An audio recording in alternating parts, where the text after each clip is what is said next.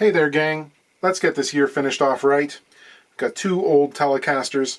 Actually, one Telecaster and one Esquire that's had the conversion to two pickups.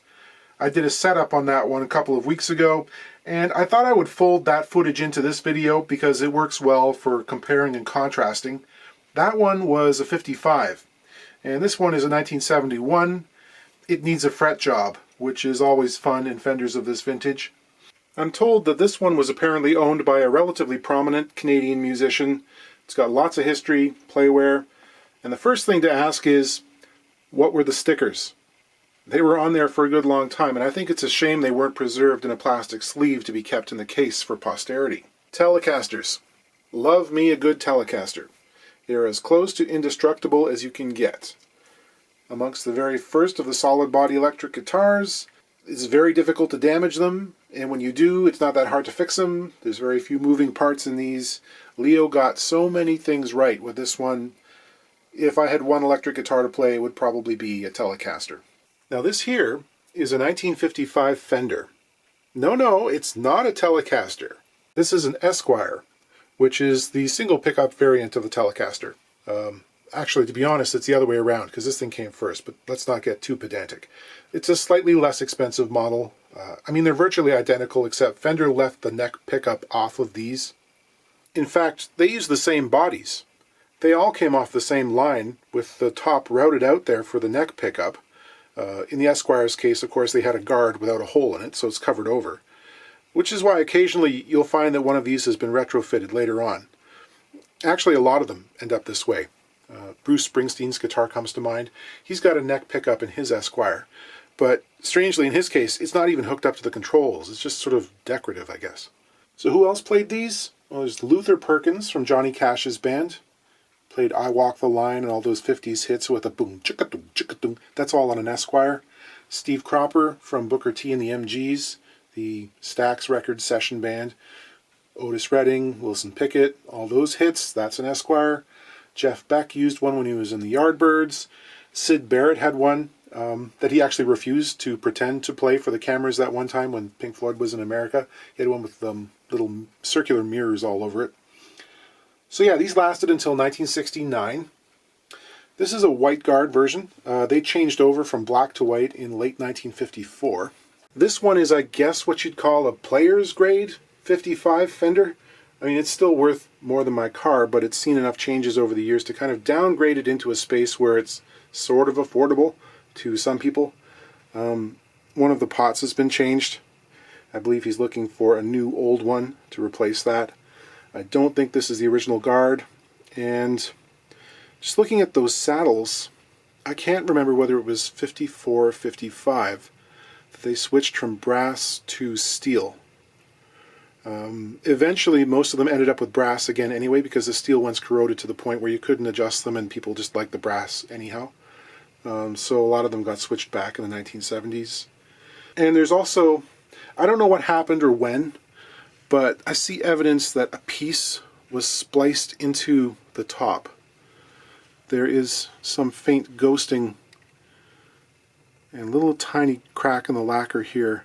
It's about 3/8 of an inch piece of ash has been melded into the top there, around the control cavity. It was done really well. It fits really tight. So maybe they did this kind of thing at the factory to fix a blemish. I'm not sure if Fender ever did that. The finish itself, well, let's get a closer look. I later learned the guitar had been completely refinished 20 years ago. The surface has a regular pattern of unidirectional fine scratches on it. Sort of the kind of thing you'd get with an ultra-fine Scotch-Brite pad or something. And it seems less crispy, and there's much less checking than other early Fenders I've seen. So I don't know if this was a complete respray or if this was rejuvenated at some point. It's a pleasant looking finish. And the frets have been replaced with something slightly wider, slightly taller. They're not jumbo frets, they don't look that out of place. It's more along the lines of something you'd find in the 1960s Fender catalog. The knowledge base for guitar repair is so young. I mean, we're really only in like the second, maybe second and a half generation. And we're getting to the point now where Old repairs are now really old. This could have been done 35 or 40 years ago. You know, this is unfortunate, but it is what it is. You know, we wouldn't do this today, hopefully. There are still people who do. And again, I'm probably not your best resource for authenticating early 1950s Fender instruments. I've worked on a couple. I don't have all of the knowledge necessary. I'm no expert in these things. I can tell usually pretty well when something has been repaired, but as to authenticity or all of the telltale marks, like that is a very characteristic dowel there, which Fender used for positioning various jigs.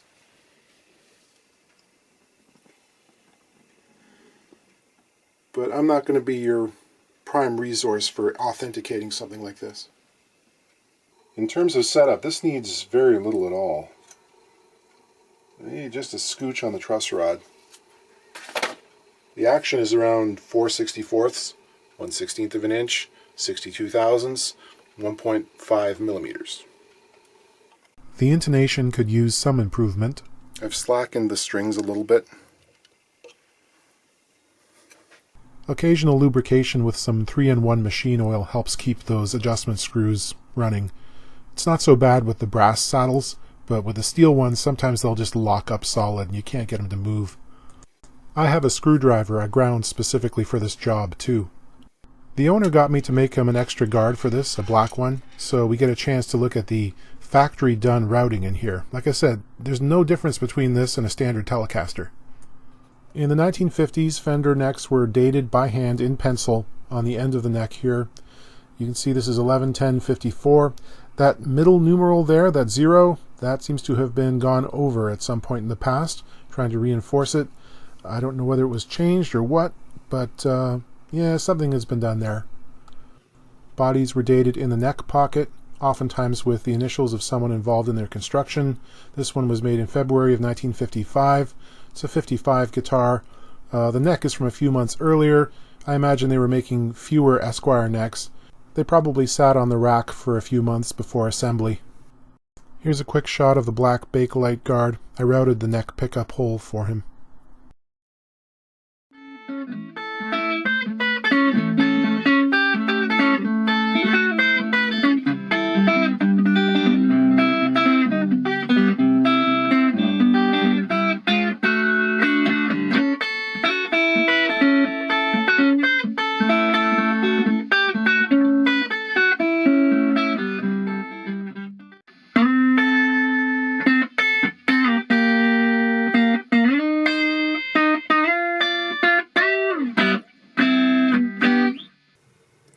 For 1971, we're deep into that era when Fender was using a polyvinyl finish rather than the nitro lacquer they sprayed up until the mid-1960s. This has actually got a very fine, sort of crazed checking to it. It actually looks more like lacquer to me than the standard big heavy cracks you see when that heavy plastic finish cold shatters. That's interesting.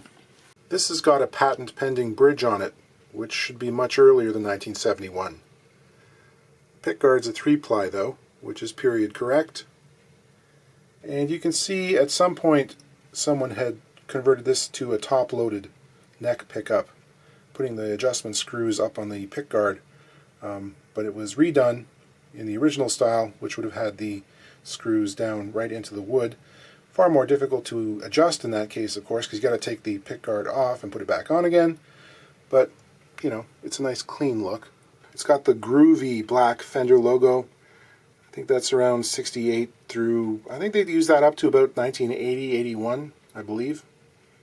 Again, I'm not a real expert on dating these things. You can see that the heavy coat of finish on the fingerboard has protected it. Earlier Telecasters, with any amount of play wear, you burn right through the finish and you end up with the dark splotches that you see on everything that Keith Richards plays. Yeah, this must have been a sort of transition era when they were spraying the stuff a little thinner. Later on in the 70s, it got so bad, it looked like the guitars were encased in plexiglass. Yep, definitely time for a refret. Oh no, you must never refret the guitar. The original frets must be preserved, otherwise you'll ruin its value and destroy it forever. Can you play on 12/1000ths of an inch? That fret is thinner than the B string riding above it. It is very much like playing fretless. So why are fret jobs on earlier Fender guitars kind of difficult? Well, I'm assuming if you like watching guitar repair videos, you've probably seen the series where Dan Earlywine repairs Mike Bloomfield's old Telecaster, and he touches on it there in great length. Basically, prior to the early 1980s, Fender used to drive their frets into the board sideways. Rather than a standard fret where you put it in the top and hammer it in this way, they had some kind of fantastical machine that Leo must have come up with where the fret would be sharpened on one side, held up against the edge of the fretboard. There was a shoe that came down to hold it in the correct radius, and then you probably press down on a hydraulic lever with your foot, and a carriage would pull the fret in, and it would broach its way across the board like this. The advantage is that the frets never come up. Like the fret ends don't pop up on older Fender boards. Disadvantage is, of course, it's quite difficult to remove them, actually, in this way. You can't pull them out like you would a Gibson fret or any other guitar. Because of the barbs that are in there, they didn't go in from above. Going back to the 55 for a second, this is what happens. If you pull these frets up, it splits the wood on both sides in some really, really painful looking ways. This has, I think, been filled with epoxy that is slightly darkened somehow. We want to avoid this if we can. This would have been the last year that Fender was using the 4-bolt neck system. Actually, I think it might have been later in 1971 that they first started going with the 3-bolt, which most people think of as a bad idea. Nope. This neck is quite snug in the pocket. It's usually considered a good thing. Later in the 70s, sometimes they got a bit loose with that.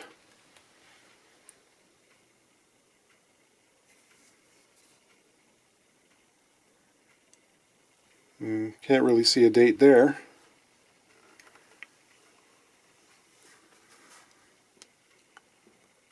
But on the neck we've got the 3rd of March 1971.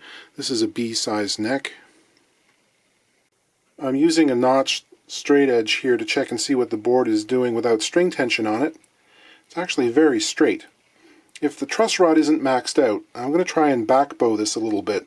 That'll be helpful for the procedure we're about to do. I can see the apex of the curve on this neck is around the 10th fret, which is a little higher up the board than I'd like to see it, but that's the way it goes sometimes. Here's the setup for removing those frets. The headstock is held off the edge of the bench to provide clearance for the tuners, and it's resting against a padded block. On the other side, there are 2 padded blocks, one on either side, and the whole thing is clamped down very securely because there's a scary amount of force involved in this procedure. It's got to be really secure. I'll start by lightly scoring along the sides of each fret. This is because these boards were sprayed with lacquer after the frets had been installed, so the lacquer would flow into the corner there and create a little fillet. If I don't cut that and I'm hammering on these frets, that could break away and large chips could come off. It would be very messy. You can sort of see this effect in the reflections here where it's piled up in the corner. And you can also tell that this neck was sprayed by someone who's right-handed because the deposit is heavier on the right-hand side from where the finish was coming. Here comes a real nail-biter of an operation. I'm protecting the surface of the board using this bent fret guard here, and I'm going to cut a little notch using a diamond burr, sort of barrel-shaped, in a rotary tool here, right on the end of the fret. This is more difficult in this case because these frets are so incredibly low. Usually it's not as agonizing. I can't go very deep here, and I have to be pretty precise. Yeah, it's no fun, but you got to do it.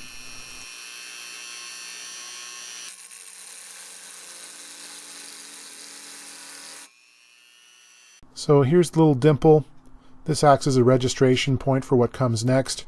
On a taller fret, I can usually make it much more of a right angle kind of a notch, which is what I'd prefer. In this case, they're so low, this is as deep as I dared go. So I, made my way up the board one at a time. I'm sharpening the end of a very thin punch here, so the edges are sharp and clean and they'll bite into the fret material. Heating these frets up for removal was pretty tricky, again because of their thickness. I'm concentrating on the ends where there can be filler material, either glue or, in this case, probably lacquer burn-in stick, just filling the gap at the ends that can act almost like a glue. Just doing my best not to slip off. Don't want to burn the fretboard. The punch goes in the notch. I applied some downward pressure and also sideways force and just tap it free. Actually, it's more than tapping, it's really hammering. I had the volume down here because I was listening to a podcast and I don't want to get dinged for copyright. But I'm really kind of wailing on it here. You know, you want to be careful that you don't miss. You want to make sure the punch maintains its place in the notch. The fret material is pretty soft so it can deform. And again, that's why I have a guard here in hopes of catching it if it happens to slip free. Sometimes repositioning is necessary. I stop before I reach the end and take it out by hand. I'll go back and re-establish the fret slots to depth and width. It's sort of academic at this point. The wire I'm using is very similar to the original, and these were pretty clean, but I do run the saw through each of them just to make sure it's good. I'll cut all the frets to length. In this case, I'm not going to go back and use the fret nippers to take away the small amount of tang at the ends like you've seen me do in several other jobs recently, even ones without binding. There are a couple of reasons. I'll go into one of them a little bit later, but mostly it just doesn't look right. On a Fender neck with a maple board, you got to see the ends of the frets. Glue in the fret slots. I'm going to install these using my handheld fret press. So I'll take the wire, which I've pre-radiused, slightly more than the 7 1/4 inches on the board, and give them a few preliminary taps to make sure it's going to stay in the right place. Wipe away any of the excess glue that's squeezed out. There'll be more later on. And then I'll use the press here, which is based on a big set of vice grips. It's available from guitarbuilderonline.com. They're not a sponsor. I paid for it. It's a Canadian company. Happy to give them a business. And it works pretty well. Basically, I get the little brass shoe on top of the fret, and it's, you know, crunched against a padded block on the bottom. Give it a good tight squeeze, and it seats the fret all the way along. It does take a little bit of muscle to use, but I'm very happy with the results. I'll clean off the rest of the glue, and of course check to make sure that it is properly seated before going on to the next one. Trimming away most of the excess length with a pair of nippers, obviously paying careful attention to where those sharp little pieces end up. This is a homemade fret end file, just a file held at an angle in a block of wood. I'm not going to run this all the way down so that it meets the edge of the fingerboard. This is just a few roughing passes, the stuff that's difficult to get off by hand. More careful dressing happens by hand with a small file. Have to be careful with sticking tape to vintage finishes, obviously. This particular finish is really robust. It can handle the tape. If it was an earlier lacquer finish, I probably wouldn't do this. And again, this is just getting off more of the excess. I'm gradually working my way down to the point where it's going to be flush with the surface of the wood.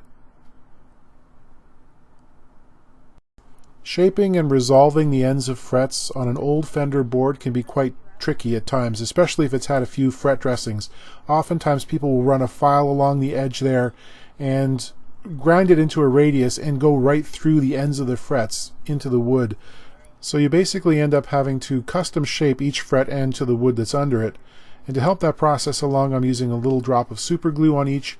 This will get into the end of the fret slot, make sure that the fret end doesn't come up, but it also gets under any little overhang that might be there between the end of the fret and that radiused surface. To round the ends of the frets, I use a two-part process. I work from the top side of the board to start off with, just do a general shaping, and then I'll come back after I've done the fret dressing and recrowning and really blend it in from the side of the board, which you'll see later. The new frets are about 3 times the height of the ones that were in there previously, so it's no surprise that I'm going to have to make a new nut.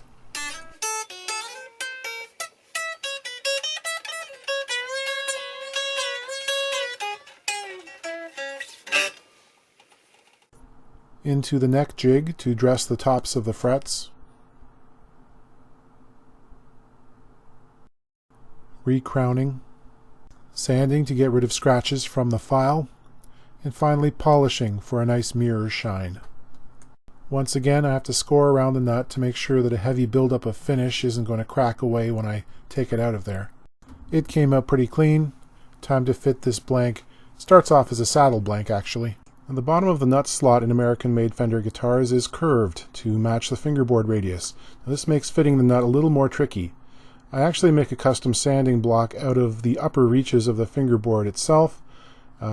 Sand the bottom of the nut so it matches, and usually this will get you close. There'll be some extra fitting afterwards because the radius down there is a little bit less than the actual top of the fingerboard. Anyway, after about 15 minutes of sanding and checking and sanding and checking, I get it so it fits nicely. It should be a good snug fit. The rest of the nut making procedure continues as usual, using the half pencil, marking out the slots, cutting them. You know the drill by now. And finally, back to finishing the fret ends. It's painstaking work. Each one is a little different from the others. And I just try to blend it in so that it fits nicely against that radius on the edge of the fingerboard. And it's also rounded over, so it's nice to feel. And there's the final result.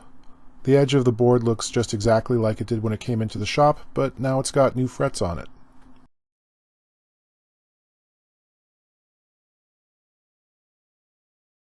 So there's another one all set to go.